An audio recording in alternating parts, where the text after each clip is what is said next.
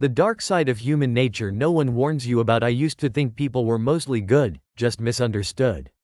Until I watched someone smile at a colleague, then destroy them in a meeting 5 minutes later. That's when I realized, there's a side of human nature no one teaches you about. Because if they did, you wouldn't be so easy to use. We like to believe we're rational, that we make decisions based on logic. But most of the time, we're not in control. We're just reacting to threats, to shame, to invisible rules we didn't even agree to.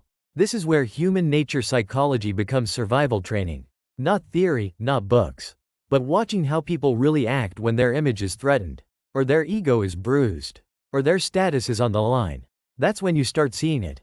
The power games, the subtle attacks, the fake compliments wrapped in poison. And you wonder, why didn't anyone teach me how to see this before? Because it's uncomfortable. It means admitting, people don't always mean well. Sometimes, they're not even aware of the harm they're causing. It's just survival. Social survival skills aren't about being nice. They're about reading tension, spotting manipulation, knowing when to step back before you become a pawn. Because yes, you can be a pawn without knowing it. Ever felt like someone kept asking for your help, then took credit? That wasn't an accident. It was a manipulation tactic. Subtle, rehearsed, and designed to look like teamwork. But really, it was a transfer of power. And most of us smile through it. We don't want conflict. We want to be seen as helpful. That's what makes it work. The game is not played in shouting matches.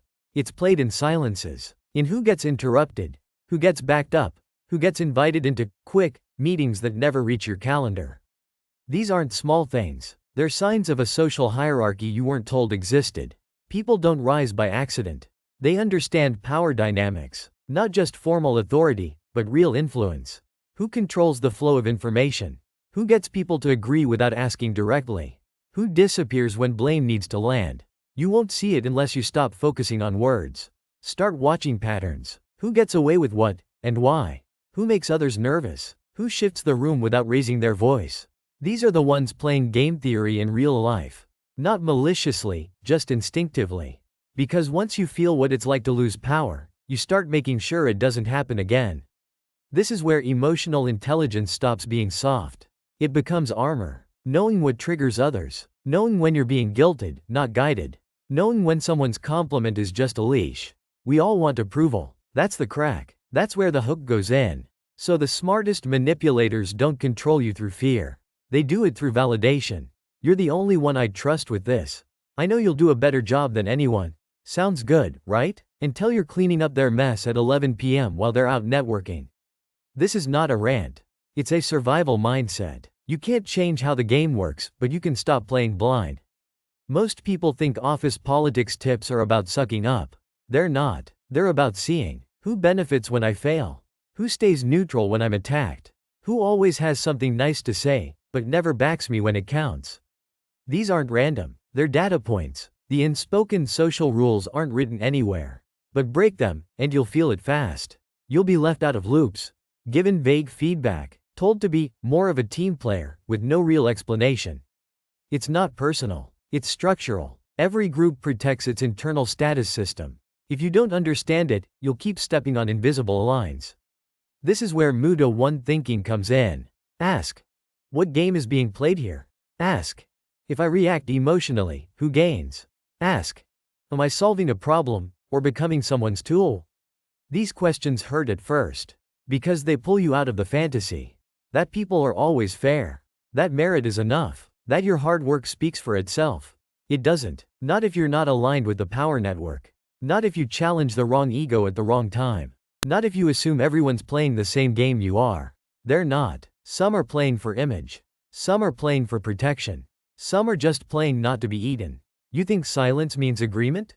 It often means strategy. They're watching you, measuring how much pushback you cause, whether you're worth the hassle, whether you can be shaped or need to be sidelined. This isn't paranoia. It's pattern recognition. The more you study how to read people, the less shocked you are. The signs were always there. You just didn't know what they meant. The people who hurt you most rarely think they're doing anything wrong. That's the twisted part. They're just doing what works. They learned early how to get attention, how to gain safety, how to protect themselves by controlling others. So when you start pulling away, when you stop giving automatic trust, They feel threatened, because deep down, they're not driven by malice. They're driven by fear. That's what most people don't get. The most manipulative behaviors are often fear responses in disguise. Fear of being replaced, fear of being exposed, fear of being irrelevant, so they preempt the threat. They discredit you before you gain too much influence. They spread concerns to soften your credibility, all while smiling, all while claiming to support you. That's not betrayal. It's psychological manipulation masked as protection.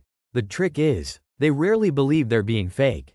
In their mind, they're just managing the situation. They're preventing conflict. They're doing what's best for the team. Until one day you realize, they're not fighting you. They're defending their mask, and you're just collateral. This is when most people either become cynical or blind. But there's a third option.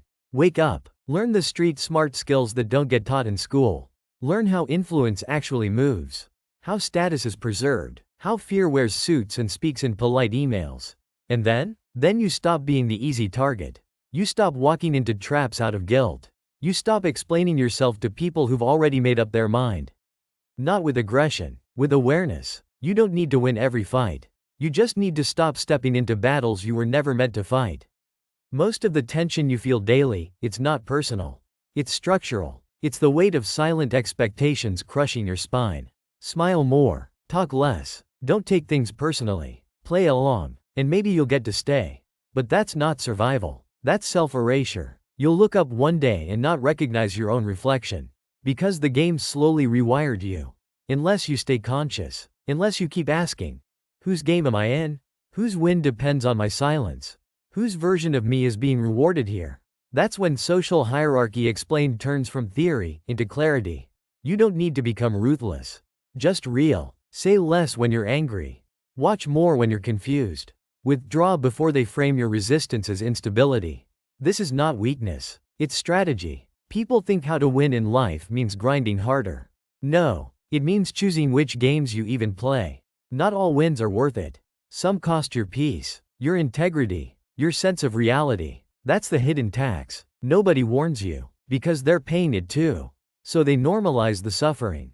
Call it ambition, call it culture fit, call it sacrifice, but you feel the erosion. And if you don't name it, you'll pass it down, to your team, to your kids, to anyone who looks up to you. This is where the cycle breaks. When one person sees through the mask, and doesn't look away. You won't fix the system, but you can stop it from rewriting you. You can protect your inner compass. Even if everyone around you has traded theirs for comfort. Some of the most powerful people in the room, they're not loud, they're not dominant, they're just untouchable. Because they've built an identity that doesn't rely on validation. They play the game, but they never forget it's a game. That's the Muta one difference. You don't become numb, you become sharp. You see the play, and choose your move with full awareness. And sometimes, the most powerful move is no move. Silence that lets the manipulator overexpose. Stillness that makes them reveal their own intentions. That's the level where you stop surviving and start shaping, not by force, by clarity. That's what no one warns you about.